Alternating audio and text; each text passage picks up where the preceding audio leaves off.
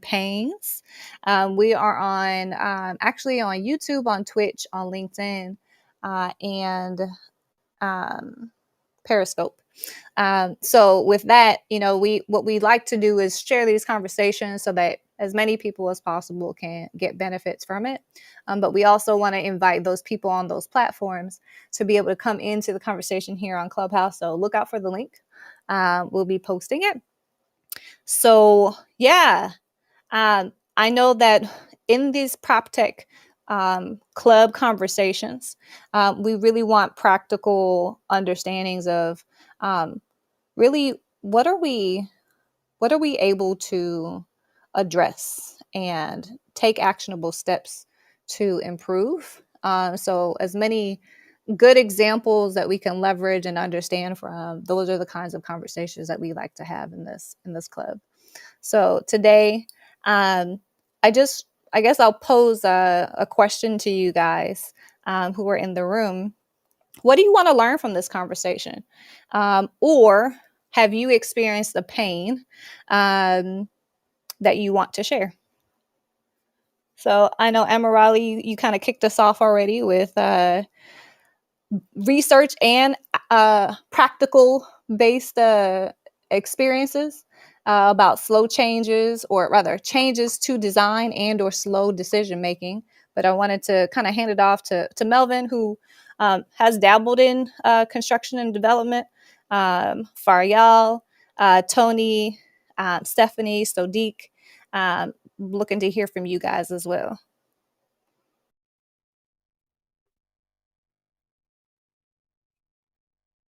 Absolutely. Thanks, Brittany. And forewarning, I'm definitely interested in being the agitator. I want to hear those problems as well, and so I don't think we want to limit any conversation in any way around the pain points, because it's really in those moments that I think we find opportunities to either address, consistent consistency, of experience, and to, find some synergy in how we can, exploit new opportunities. And, that is where I'd love to be. Like, if you point me to a mess, I'm very happy, because it gives me something to do. A little bit like that lady who likes to go around cleaning up messes. I love to build technology, and I love to, find ways through, tumultuous terrain when it comes to people working together, because, I really do believe that most of the time it's just a little piece of information that we're missing, that gets us on board. So um, just hello to everyone, and interested in how this conversation is going to go, and to be that person who continues to ask the question to surface more detail. Tony, I love that profile picture. I like the one before it as well.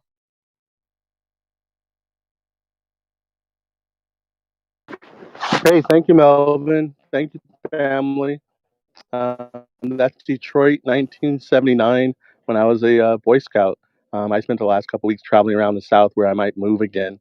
And I spent about 5 days in Detroit, 4 days in Atlanta, kind of meandering between Nashville and even some of the small towns in Georgia, Warner Robins being included, and looking at construction everywhere we go. And still very proud of Detroit. Tony, I think you're cutting in and out a little bit. Possibly one of the first American cities to complete remake itself. But on the question of developers, Oh, you came right back in when you were saying on the question of developer owner cause of construction. Maybe you'll come back in. I'll let you know. can you hear me again? Yes. Yes, but on the question of what we look at for owners, pains, and questions, I think I still spend a little time on: am I in traditional space? I'm in an innovation space with the owner. An owner that makes a mistake, how quickly can they change? That's what I'm always looking for: is how alert their leadership is, how fast they can change direction in terms of design, and then how they spend their money. For the examples of how we spend money, I'm always checking for an owner that will not gunny sack. One single issue doesn't hold up the entire pay application. Have a express model of pay what we can. We won't hold back what we've already agreed to.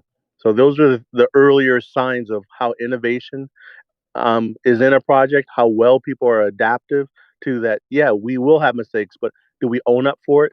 And do we pay what we can agree to versus holding it all back over someone's head? Then again, the traditionalness of our business is still there, and it can be all found with how well we can swing money around. But I agree, owners are often at fault, but then they're starting to circle themselves with innovation people, not just from the business of construction. I saw a firm that included a person from marketing, another person who was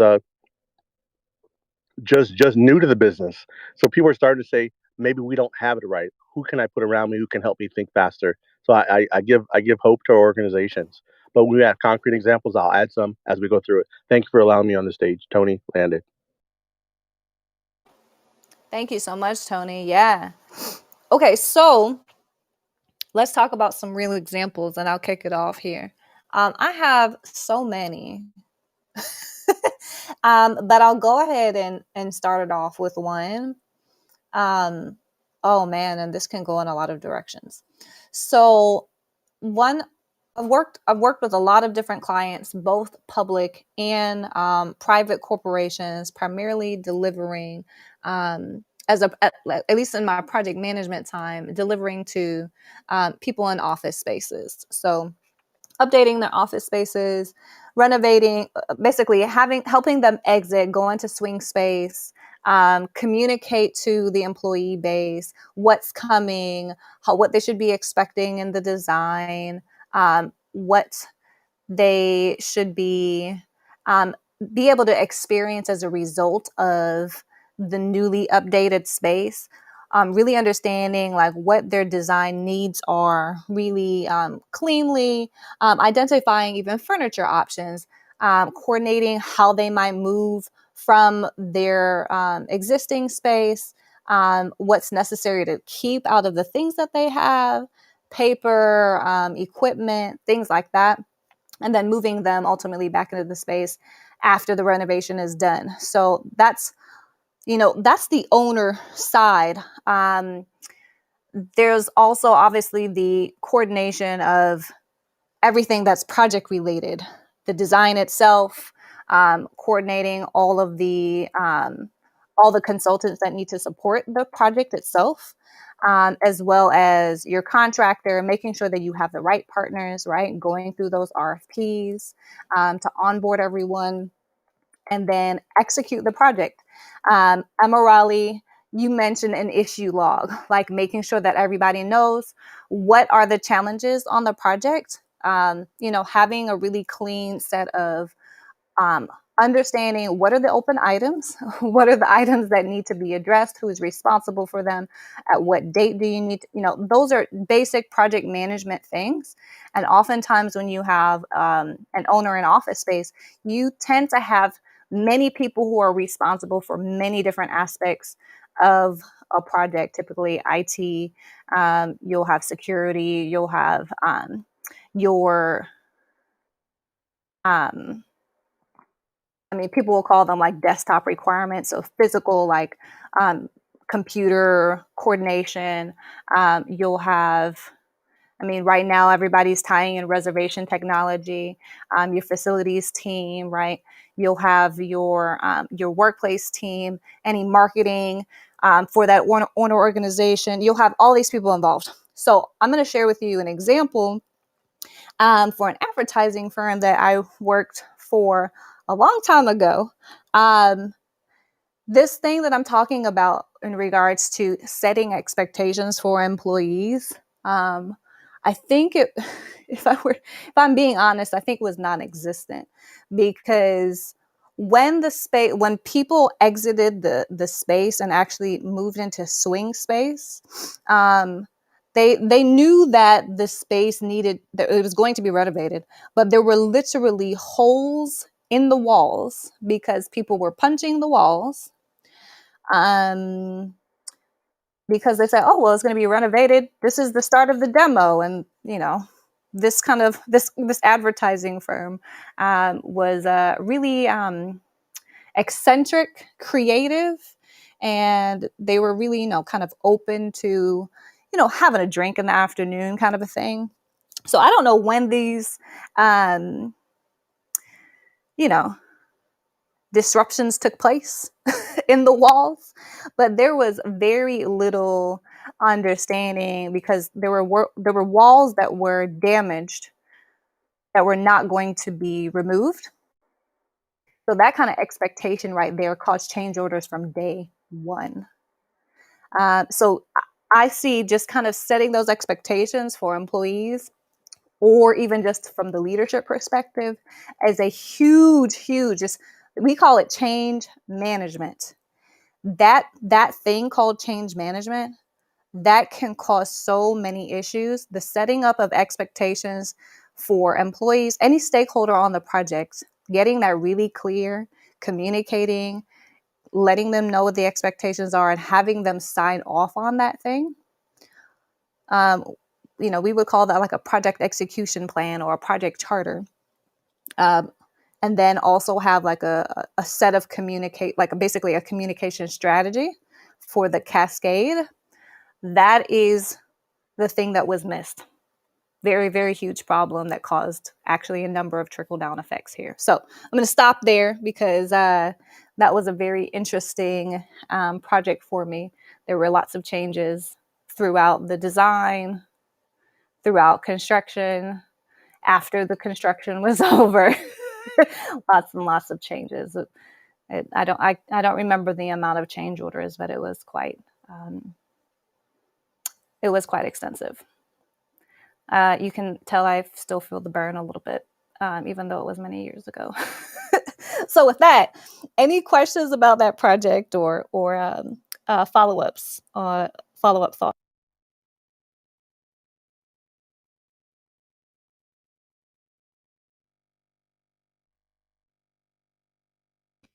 Brittany, I think one of the things that sticks out from your scenario is how no matter how good we get at making agreements, there always seems to be some additional insurance, that is required for situations like that, where you get people who, you know, are not looking to necessarily, may not be looking to um,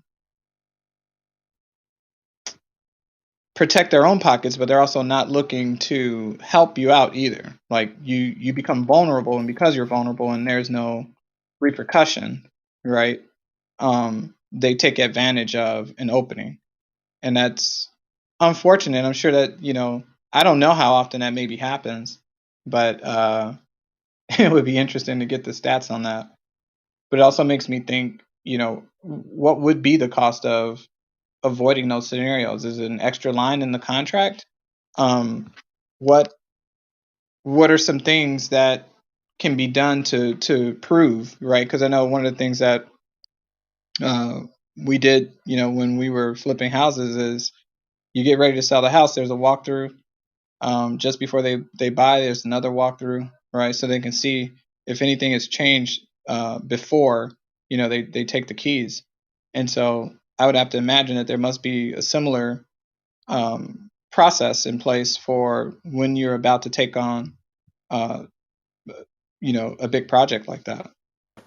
So I'm Oh, curious, absolutely. was that there or yeah? Yeah, yeah. The thing is, the space was now being turned over to the general contractor by that point, right? So to your point, yes, all of that had to be documented, and those turned into some of them turned into change orders. Um, holes in the walls. You could be dealing with hazards because of um, you don't know if there's any electrical conduit. You don't know what it's connected to. You don't know if they've damaged any low voltage cabling. Um, there are things that could have been dangerous for the individuals actually putting the holes in the walls. Um, so yeah, absolutely, that had to be documented and evaluated as to whether it was a safe condition to start with when turning it over to a general contractor. Um, by the time it was being turned over, there was still quite a bit of furniture that needed to be removed from the space. So it was from an insurance standpoint, once the general contractor has the space, once it's turned over to them, all of their required insurance documentation needs to be on hand. But the question that you're asking is who's liable for that? Um, Ultimately, it's the owner who's liable for the damage caused by the employees. But the general contractor was willing to work with us after seeing it. It was not extensive, right? It wasn't something that caused anything hazardous for anybody walking on the site. I was able to remove the furniture before actually turning over to the general contractor, no problem. But still, there is that question out there of, in the event that there was something like bigger, yeah, absolutely, that could definitely be cause for concern.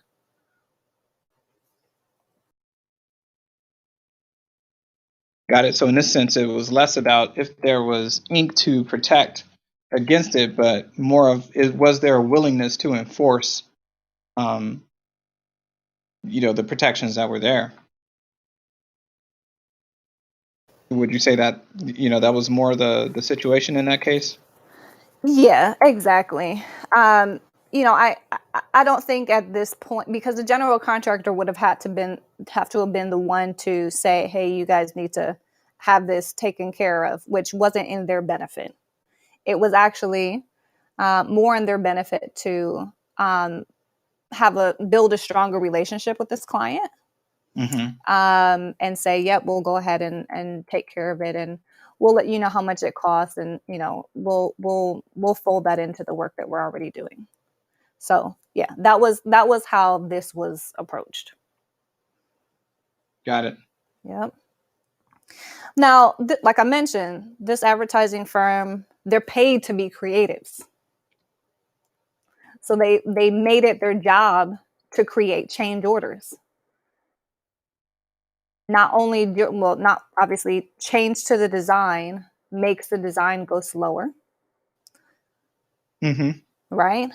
Maybe I And missed that. So yeah, I thought that they did that at the kickoff, but it sounds like they would do it intermittently they as did it part. the entire time throughout the project, down Oh, to the okay. last day the last day the space was being delivered. They made a new change order. And you think that the change orders were deliberate too? Now they were paying for these change orders. They were, and I reported to the CFO for this location, and so the CFO did not like me because I continuously came back to them and said, "Look, your fellow leaders are making decisions that are causing us cost impacts, and you are going to either accept them because these are your peers, or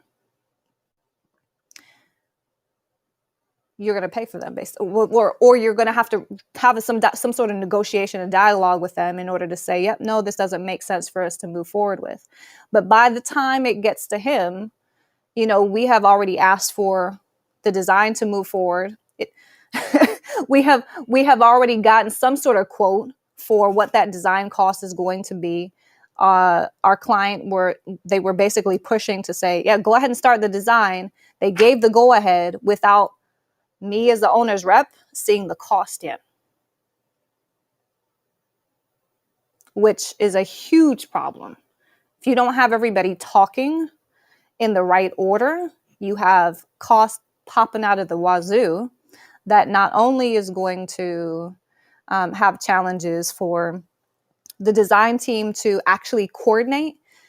So not just the architect was responding to this, but your low voltage engineer was responding to this. Your electrical engineer was responding to this. Your HVAC engineer was responding to this design change, much less your general contractor to actually provide a change order.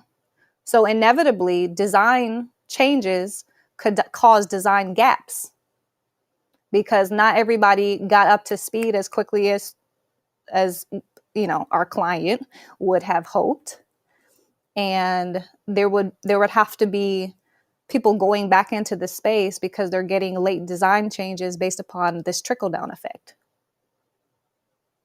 So that hopefully that paints the picture. There was this beautiful webcast studio that they wanted to build, and this was, I mean, new and up and coming, right? Like, I don't know, this was a good 9-10 years ago when this was not common for people to do this yet.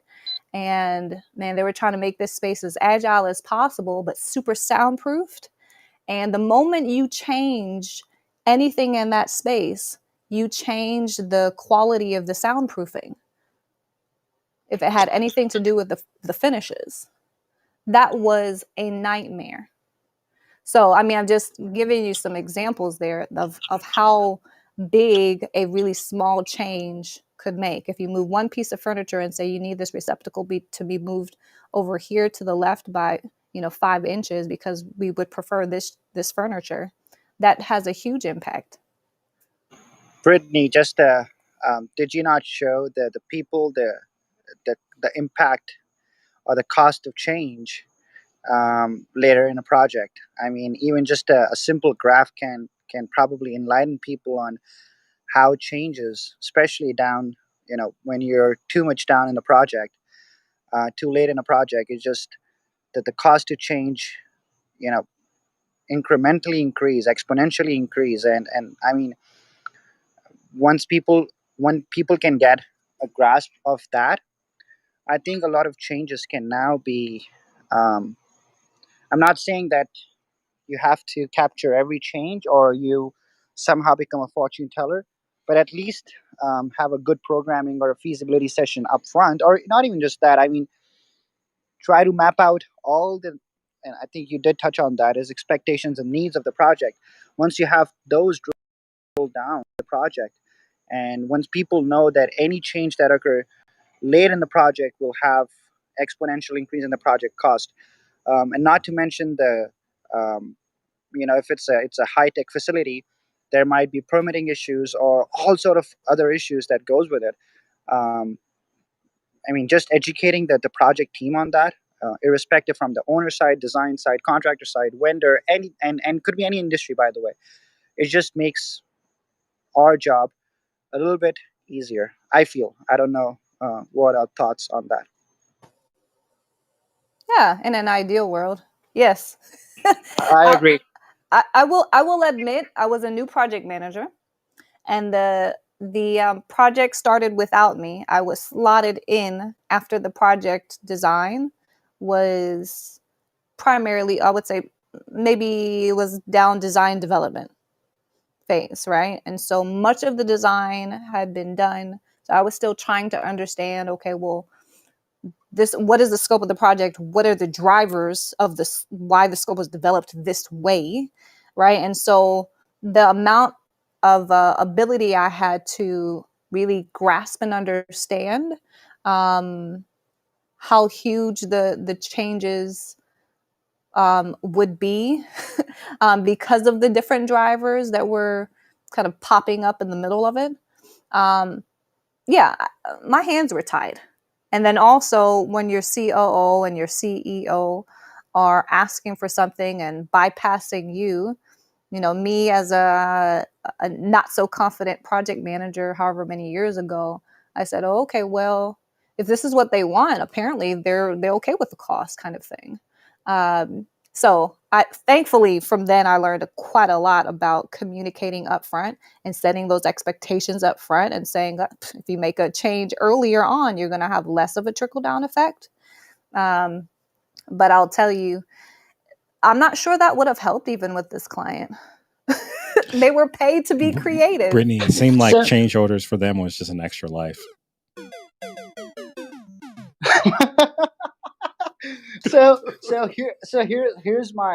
here's my hypothesis on this. Most of these times, the people at the exec level, they know something about cost that we don't. That's not being communicated, either in a, I don't know, in some way, shape, or form. And they know that even if this change, if it has a cost impact associated to it, they're like, fine, it's still in our budget. But to us, it just feels like, oh, it's beyond that.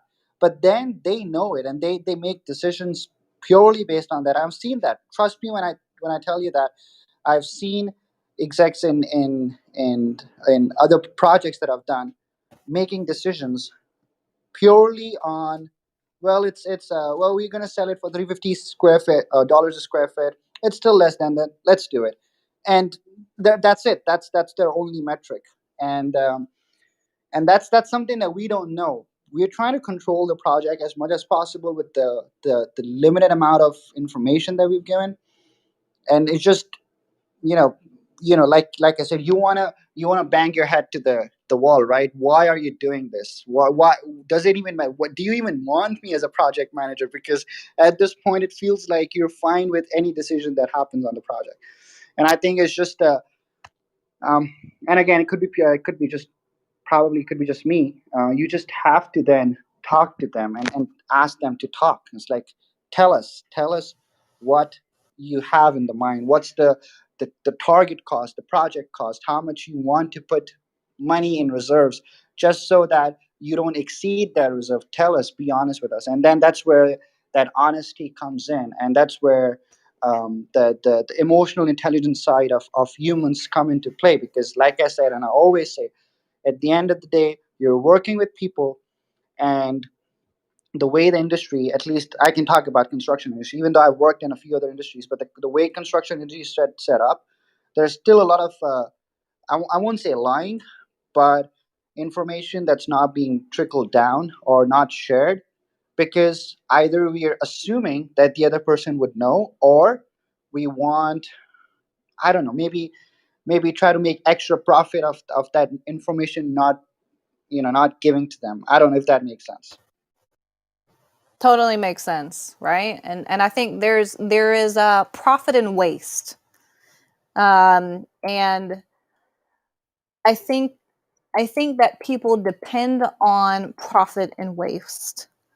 Um, and I guess what I mean by that is, if, as an example, these changes to design, the architect was always happy to make a design change because they knew they could, add an ad service, um, you know, contract to on top of their contract, and they would make the client happy. And they would do that even bypassing myself, who was the owner's rep at the time, right? And they knew that even though it was going to take them time, ultimately they were developing this relationship, and they felt as though it would be, from a long-term perspective, okay, they'll go ahead and do it. Now, did it make people miserable? Absolutely. But were they able to get profit out of it? Yes.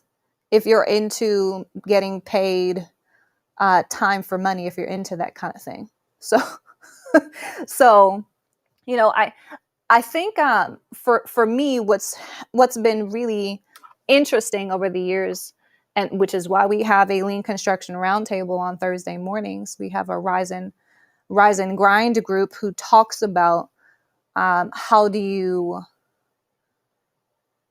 optimize your steps, and optimize your collaboration, and optimize how you I shouldn't even say optimize in this case. How do you simply just respect people that you're working with? That collaboration and thinking through how to do things in a smart way together, and respecting what everyone has to bring to the table, all their skill sets, bringing people in at the right time to ask for their opinion. To your point, Amirali, like just explaining to people the situation, and or just asking, what is in your head? What are you thinking about this? What are you really trying to get to? Those things can allow for cost savings, and you can even build in incentives into your contract so that, guess what, you can still provide your consultants and contractors with a profit that will ultimately make them happier, because they're not having to make changes to work that they've already done. So, that's the kind of work that I like to do, and I like to encourage my team members to do, and anybody I speak to have that kind of mindset of how do you collaborate early? How do you care about what we all have to bring to the table? How do you bring the right people into this project, right? That's going to have a similar mindset where everybody is having that kind of approach. And then how do we do the tactical stuff, right? So, yeah. So I'm going to reset the room because I've been talking about my example for a while now here. And Emma Riley has been really chiming in here and validating some of these points, and I appreciate you for that. But we've been talking about developers or owners. They're causing construction pains, and quite honestly, probably the primary reason: owner decisions, owner changes, and selfishly, I'm an owner that wants to change that, right? I want to encourage my internal teams and other owners to figure out smarter ways, add more agile ways. So the questions I've been asking is, do you have an example of a horror story or just one that was just really annoying, an owner situation? And if you have a story and like to come up to the stage and share, you don't have to share who it is, but you can share the story so that we have a really good tangible example that we can learn from, and see if we can get some knowledge about how to pivot and improve. But yeah, I'm okay with a little bit of a owner bashing, because if we don't talk about it, if we don't uncover with that vulnerability, we won't be able to shift. So with that, Stephanie, Keith, Stephen, Lewis, Sodiq, those of you who are in the audience, please raise your hand if you'd like to share. And Keith has come up. Well, welcome, Keith. Please introduce yourself and share your question, or if you have a story, please share that as well. Oh yeah, my name is Keith. I'm actually an electrical apprentice, so obviously I don't have like a whole lot of experience, but the experience I do have is I can say basically something I realized just in construction as I've been going into it is like it's not in general. There's not a lot of what do you call it? A lot of communication. Like everyone has like a an adversarial incentive, right? Because as an electrician, we're fighting with sheetrockers and stuff like that, trying to get our stuff in. They're trying to get their stuff in, and we all get paid differently. So there's issues in terms of that. And I just find it interesting how developers are people who are, I guess we would call the shirts, on the field, are making decisions, because sometimes we have to put our stuff up, and we know the stuff right off the bat, like, hey, why you do it this way? Like, like we way easy to just do it this way, but obviously we don't make decisions. We just do what the print tells us, and follow the code, So, um, so yeah, I just thought it was really interesting the conversation. What you're talking about, Keith, is not uncommon. Lots of decision makers do not know the implications of what they're asking for when a design is created, and it would do many of us good if we asked the people who are actually planning the work and actually getting ready to like do the work on behalf of the of the developer, the person who's paying for it, right? Because there's probably a smarter and cheaper way, oftentimes, to go about doing the thing, the executing the actual result that the owner is looking for. Which is, again, why I like that collaborative approach, bringing the right people to the table, the builders to the table, the people who are planning that last couple steps. Like, okay, this is how I'm going to execute it, so that can be incorporated into the design. And so it can actually be done better and smarter. So, yeah, great example. Thank you for that, Keith. Yeah. That's a really good point, by the way, Keith. Um, and I think, Brittany, you did add to that is bringing people on the table, one spot. Let's talk it out.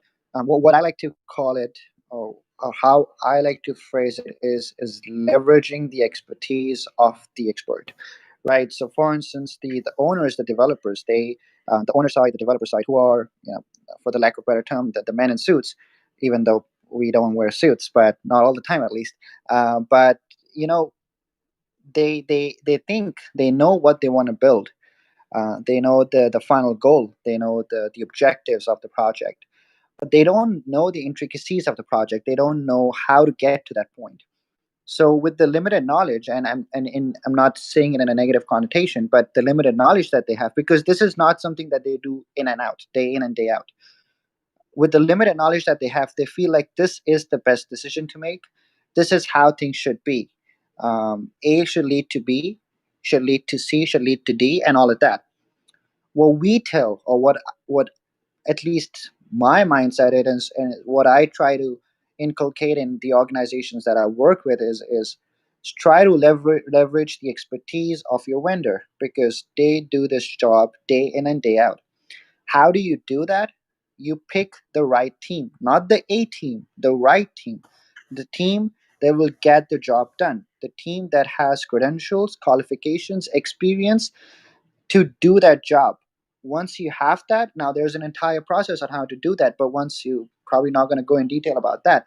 But once you have that A team, you sit down, you sit with them on a table, you sit with them, you talk about what you want, what your needs are, what your expectations are from the project, and now the what now once the vendors know what you want, they can provide a better roadmap, and no roadmap, not in terms, not just in terms of activities that would um, follow one after the other, but they would even tell you, to a point, if you know how to direct that conversation, you can even go and ask them, hey, like, hey, based on your prior experience, where do you foresee most risk on this project? Please lay it out on a map, on a schedule, on a Gantt chart.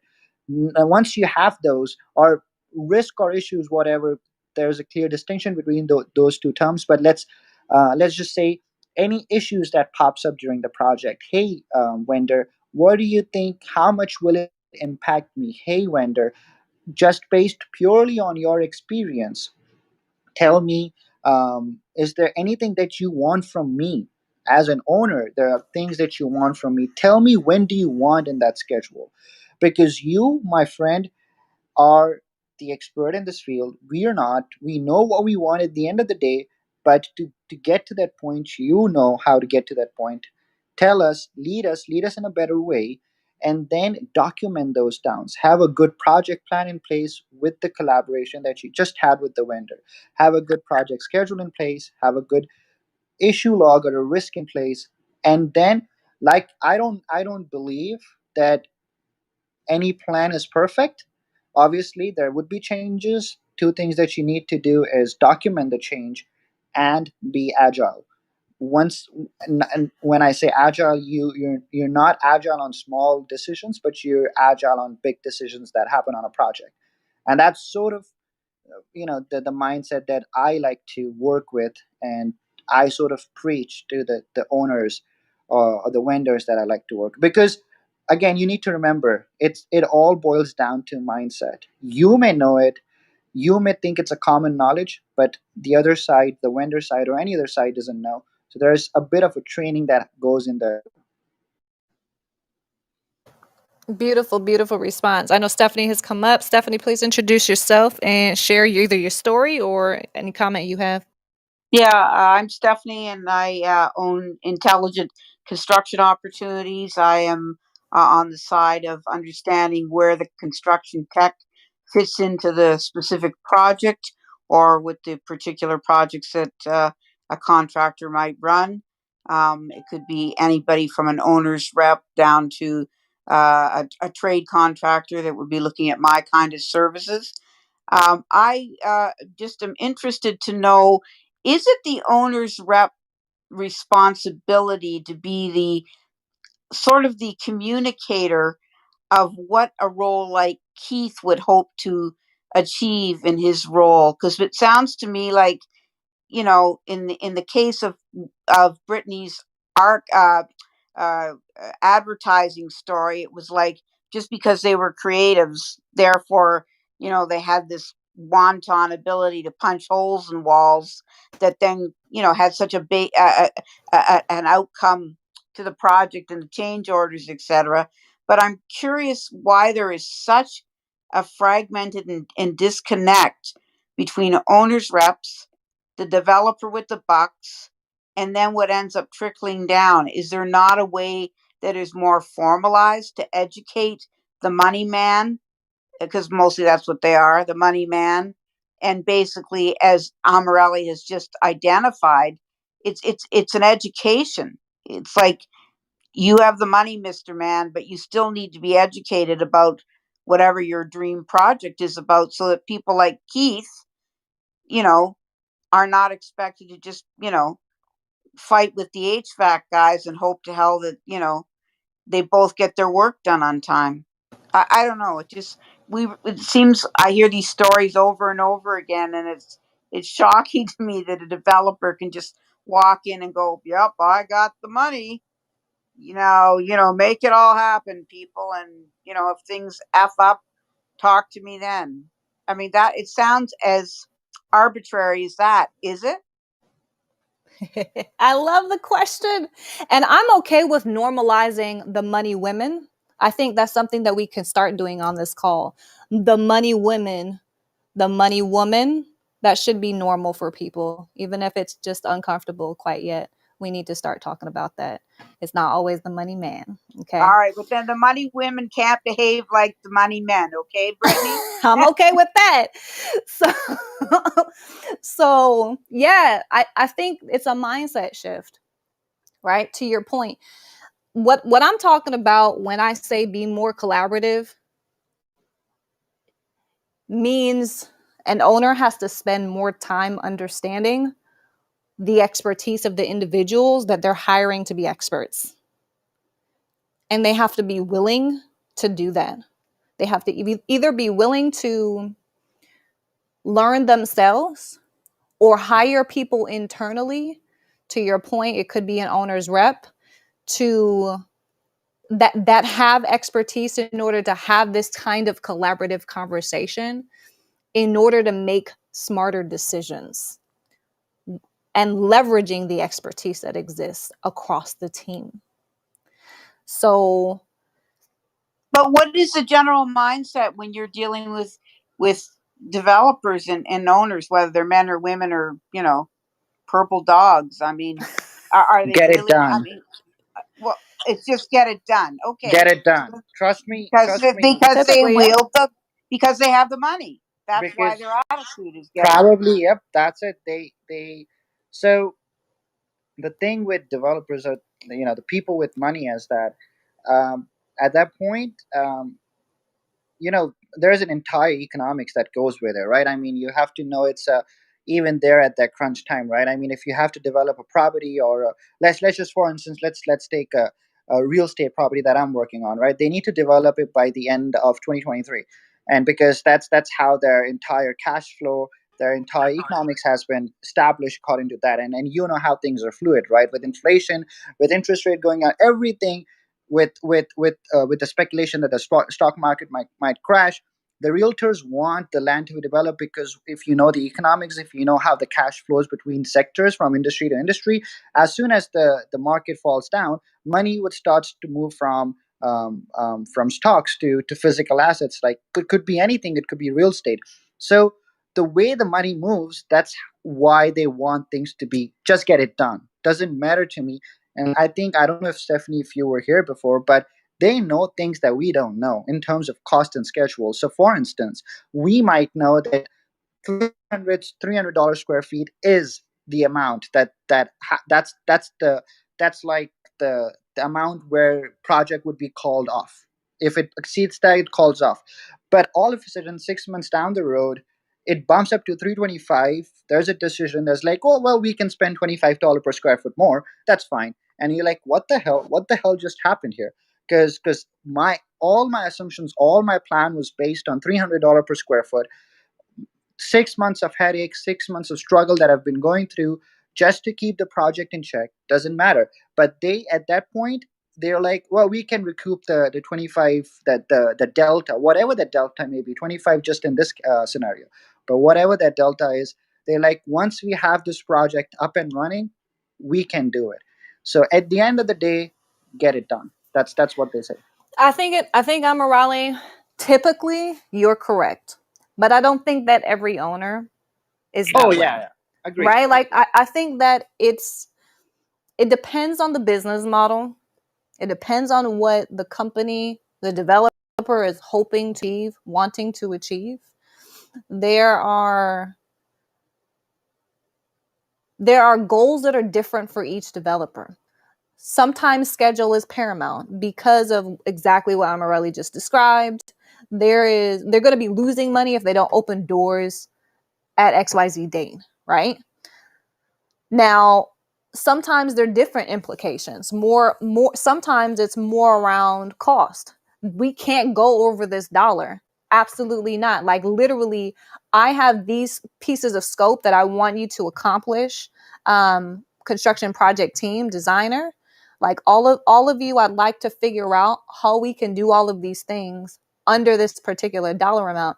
Matter of fact, if we save money, I'll give you some of the savings, right? There's some companies who actually care more about that than others because maybe it's a nonprofit as an example, right? So it's about what the drivers are for the project. It also depends on how often you build as a developer. Are you wanting to build a team that consistently works with you, that you can depend on, and you building really good and strong relationships with them? Is that the goal? Do you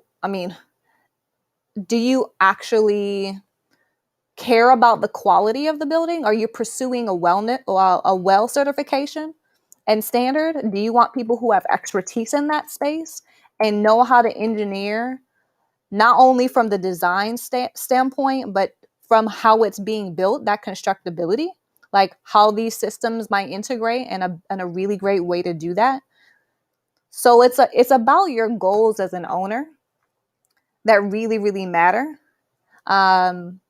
when you're operating amongst your project team, and you're going to act differently based upon your intention. Now, I hang out in the lean construction community because we talk about how having a strong affinity for respect for people, because in the long run, you know that good relationships for down the road for you are going to hands down be better. You know that you're going to be more fulfilled with the product and the result, because you can actually build incentives into your contract so that everybody's aligned to being collaborative, and it's not an adversarial set of relationships that you're actually incenting, which is the way the structure is now. That's traditional. So anyway, I think it really matters on who it is, what they want to represent, and what the end goals are. I totally agree. It's interesting hearing you guys come to that conclusion. This is Melvin, by the way. I'm curious, is there something like a project personality type test that can be given, ahead of these types of engagements to kind of feel your way into whether or not they might fit a certain pattern of behaviors before you engage? Has it Ooh, ever been done? that's my sort of stuff. I like it. So, like I said, and I don't want to take up a lot of state space here. So, Brittany, Marcus, Melvin, for y'all, Tony, and Keith. If there's nothing, if you guys want to add something, I can probably go next after you guys. Hi Yeah, guys. Brittany said You go something ahead. early. She stepped over, and it's been on my mind for the last 10 minutes. She said she was doing something for an owner to help them build faster rentable space. And I just made me think about what Liquid Space tried about 5 years ago. Is that one way we can help our owners, even if it's their decision? Hey, I want to add some more artwork. I want to add some more outdoor space. Then go, well, fine. You add the space. Let's find out how we can make that valuable to the property and make it rentable. So again, that's my brain's been stuck since she said it, and I think there's an opportunity when the owner does step on their toe. How do we can turn that into a new process for gaining income on the property? Because I think, like everyone else, there is a collapse coming. So we have to be able to set ourselves with the owner so we can make more money on the square footage we have. Tony landed. Yeah, and me, I like to speak from the because I do commercial construction. I'm not sure how that relate correlates with residential, but one thing I did also notice, like I have a degree in public relations, so like I've been in college and everything like that. So like I know some people in construction obviously never been to college. You know, they went straight to trade school. But I know they sometimes they feel as if there's like a sense of elitism in construction between, that's why I call them, like, you know, the suits, right? People with the shirts or whatever, you know, because sometimes they feel as it's like I guess, like, you know, the suits versus like the guys actually out there getting the stuff done. And like a lot of times they feel as if the suits aren't necessarily listening to what they're being told, or like they have some like unrealistic expectations, and they're not like invited to the table to, like, you know, stop, you know, initially, so they can, you know, like you were saying, like, hey, like invite, you know, like the foreman and stuff like that to the table so they can tell you what's possible, what's not possible. But even the foreman, like, you know, they feel that he's not really being taken seriously because he hasn't, you know, he doesn't have like a degree or something like that. So I think, again, like, again, only a limited experience, but it seems as if there is like people in the field feel as if there's a sense of entitlement or elitism. And me, you know, like I say, I graduated. Like I know a lot of people don't know what they're talking about. Like they're just as fallible as anyone else. Like there's people in construction who been for years and aren't as good as people who been in the same field for like 2 years. You know, so it's, you know, it's yeah. I was landing on that. Like that, I like Keith. I mean, I want my foreman planning the work, and I want to be in the room. I want to build relationships with my foreman. That's how I operate as an owner. Not everybody's going to be that way, but I think it's about what's your intentionality. What are you wanting to build as a culture for your team, so that you get them, so that you get the right solutions to the problem you're trying to solve, which is a built space for a specific purpose, right? So yeah, you bring up good points because that's not typical. And I think we'll get the most out of the situation if we hire good people, and if we leverage them and care about what they have to offer.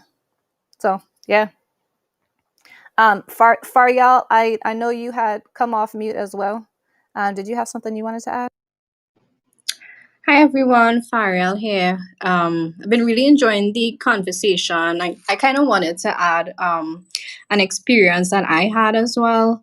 I think that market research is so important as a developer.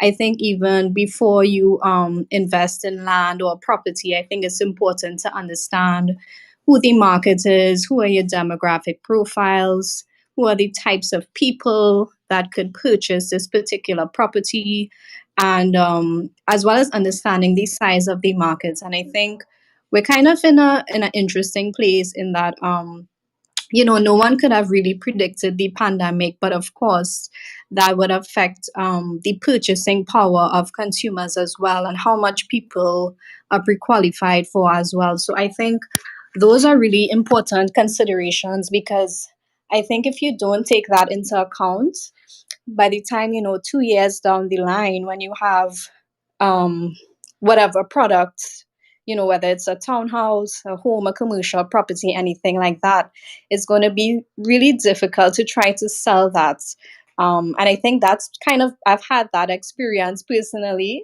being in marketing. It's a bit of a challenge trying to find an innovative or creative way to sell a product that is maybe overpriced or something that the market is not in need of. So that's kind of what I wanted to add as well. Well, I'm not a project manager, but what I've noticed as well is that giving a project manager or someone like on the field, giving them too many roles at the same time. So, for example, if you have a project manager and you're treating them as like a construction manager or you're adding additional duties, I think it's kind of difficult for them to focus and to really bring that project into fruition if they're all over the place. So, yeah, that's kind of what I wanted to add. So, yeah, I am complete. I love those major points that you just made. Like, to your point, we would never have understood how the pandemic is going to impact us. We know that there's still a bit of fluctuations in the market depending upon which market you're in. I mean, retail is going to be different than healthcare, than hospitality. There's it depends on what business you're in, but absolutely you do need to do that market research and do your best to stay on the pulse and understand.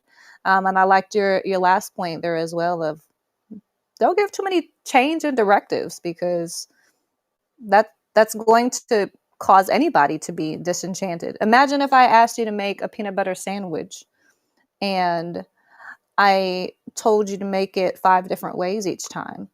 I want jelly on the bread first, and then I want peanut butter. No. Actually, I want the peanut butter on the bread first.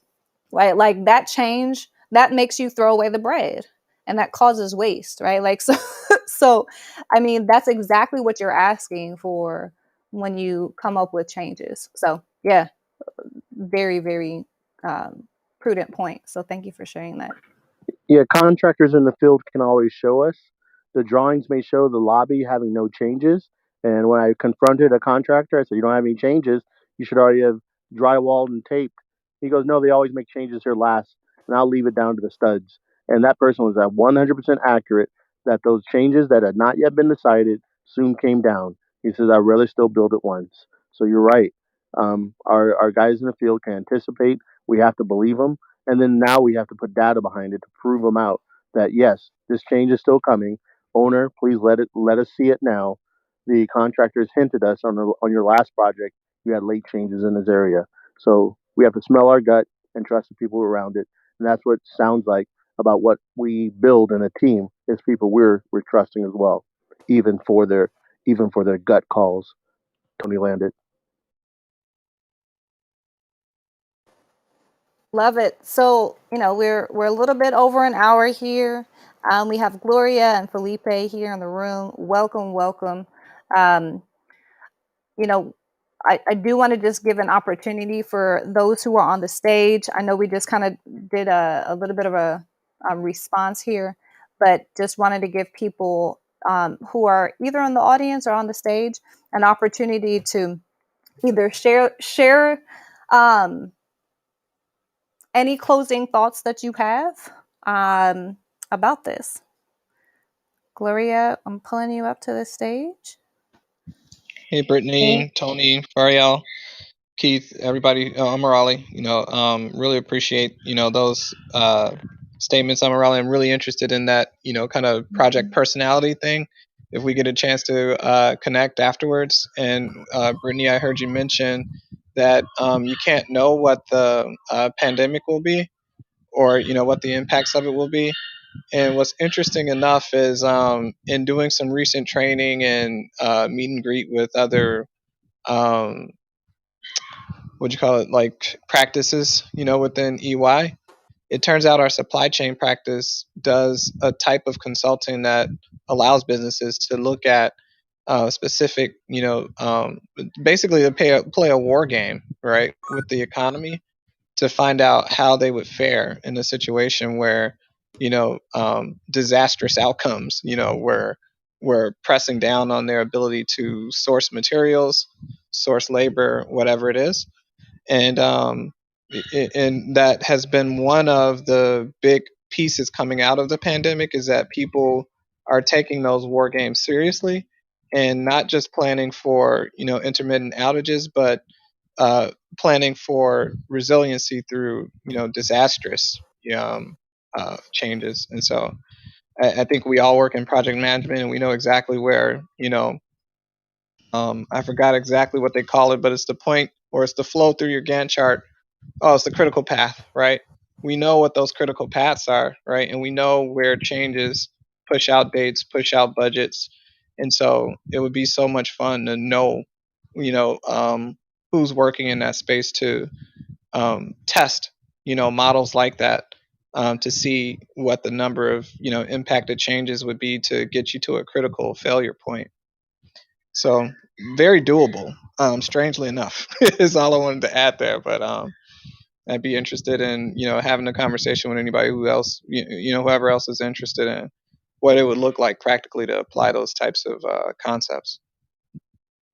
Cheers. I'll also have to leave. I have some visitors, but I just wanted to say that part and put it out there in the open for anyone who's interested in it. Thanks, Melvin. Very we welcome. have this back channel capability. You should be able to send Melvin a direct message now if you've updated your application. So with that, I do want to give Gloria an opportunity since you just hopped up on stage. Could you introduce yourself and share your comment? Hey, Brittany, Marcus, Melvin, everybody on stage. I hopped in a little bit late because I was in another room, and very interesting conversation that you all had this evening. I had two questions. One, I see that you're recording, so where can we get the recording? And number two, I wanted to invite you all. I think most of you follow me, and I've seen a lot of you in my club. I have a club called Everything Construction. And we have a pretty decent following and regular rooms throughout the week. So I just wanted to invite you, Marcus, and the others to come and moderate a room on this topic. I myself work for developers here in New York. I am an owner's representative, and I pretty much make all the decisions for my developers. Most of them are either absent and in other states, or they just know that they know what they know and they know what they don't know, particularly as it pertains to technology and municipalities and all the stuff that we have to do now in order to submit, plans and permitting and everything else because it's online. And handling contractors, subcontractors, architects, engineers, etc. All my info is in the bio, but really I just wanted to come up here and tell you guys that this is an incredibly interesting topic, which we have not had in our room that is geared specific to developers. And we have a lot of developers that follow us in our club. So I would, again, just love to invite you guys. You can connect with me on the back channel, DM, or you can hit up my 10K card, which is gmarie10k.com.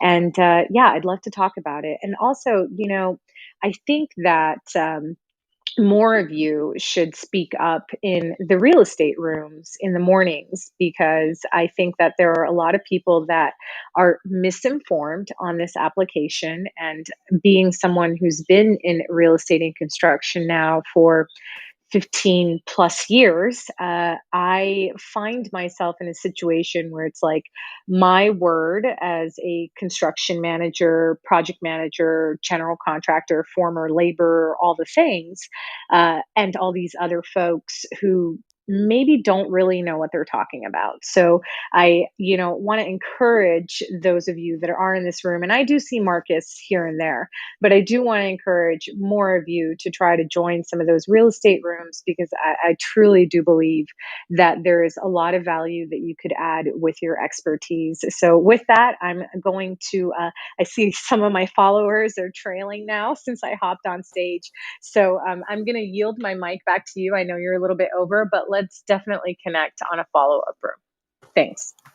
Gloria, thank you so much for jumping up on stage and making that suggestion. I think you've made some really great points on how, yes, there are individuals who are needing this kind of education, if you will, on the ins and outs of how we actually will get the most out of the project by valuing the people that we work with and valuing the expertise that we have. So yeah, we appreciate what you're doing in the Everything Construction Room as the club as well. I did pass on to you my YouTube channel. We're streaming on not only YouTube, but LinkedIn, Twitch, and Periscope. So if you follow on any of those platforms, you follow me, you should be able to get access to that and share it as you'd like. Amazing. Thank you so much. And I did not know Periscope was still a thing. So I learned something new today. It just streams to Twitter. So yeah, it just ties to that. Yeah. Okay. So with that, other closing thoughts from those who are on the stage. For those who just popped into the room, appreciate you joining. I see Steven came in here a little bit earlier. Thanks for joining back. Colorado, DD, Reese. Felipe, I know you popped up here. Your thoughts? Yeah, I just want to give a closing thought to what Melvin said. Man, he left just the second I was going to get him. But I want to challenge everybody on the stage and in the audience thinking about to run some of these scenarios. Critical path method scheduling, Gantt chart scheduling is a good first stab, but you're not going to get a lot of valuable information out of it to see where your risks are and how your workflow, crew flow, logistics flow is happening. So I'd recommend some other type of thinking, such as attacked planning or scheduling, what they used to call line of balance scheduling or Scrum. Hello, everybody. Yes, thank you so much. Love that. Love the applause from the people in the audience. Unless you like being lied to, and then go ahead and stick with CPM scheduling and just get lied to all day long. So have fun with that. I'll find Melvin and get him. But thank you so much, Brittany, for letting me come up and trash talk CPM for 3 more seconds. Love y'all. Talk to you soon. If we want to be in a trash talking room, we're happy to do that on our Rise and Grind Prop Deck Lean Construction Roundtable on Thursday mornings. I'll just put a plug in there for that conversation. We have been starting at 6 a.m. on Thursday mornings, going until about 9 a.m. On Thursdays, talking about the different methodologies, the mindset, the culture around what is lean, what is this way that really has improved people's lives, the fulfillment when it comes to actually delivering projects, much less saves time and saves money. And things like what Felipe is talking about is discussed. So that being said, please follow the Prop Tech Club, and you should have the ability to see those upcoming rooms for us to discuss. I would like to I got say, one. Topics. Okay, go ahead, Tony. Go ahead. Okay, really quick, my top 3 owner changes that are indelible in my mind. Cal Pierce project in Sacramento headquarters, building a movable walkway at the last 10% of the project. Number 2, adding bamboo trees that actually are tall grass to that same project and watching them pollinate. And then finally, number 3, not overlaying landscape with mechanical loop on a project in San Leandro where we were putting in and changing the location of the flagpole, and sure enough, we hit the thermal loop. So those are my top 3 late changes. Again, always scared of water, always scared of landscape being brought into the building. Okay, those are my top 3. I love that. I love that. One of the things I just wanted to comment on what Gloria just mentioned. I kind of feel like in order to penetrate those rooms and get some of those people to pay attention to actual, real, I would say, valid owners rep conversations is around like what they should do about their real estate planning. You have to almost go into some of those rooms like a team. And you have like 3 people on stage that kind of support each other because in those groups that's why I need you guys. That's what I'm saying. I see Marcus here and there, but can more of you come in? Because people like they'll attack me, right? And I'm like, I'm just giving you people facts. Like I quote, like, I'll cite things, and most of them know me now, and I joke around with them. But it's come to a point where I don't even say anything anymore, because if I don't have a posse, like you're saying, Marcus, then I need people to back me, basically. basically. So Yeah. let's figure it out and go in as a group. That's what I'm saying. We'll have like a back end channel to join, because honestly, that's what the Bitcoiners are doing. So why don't we do it back to some of these people in these real estate rooms, because they have a lot of MLM strategy around what they're trying to do, Yes. trying to push. Yeah, and a lot of them I feel like are also pushing events, they're pushing like coaching classes, etc.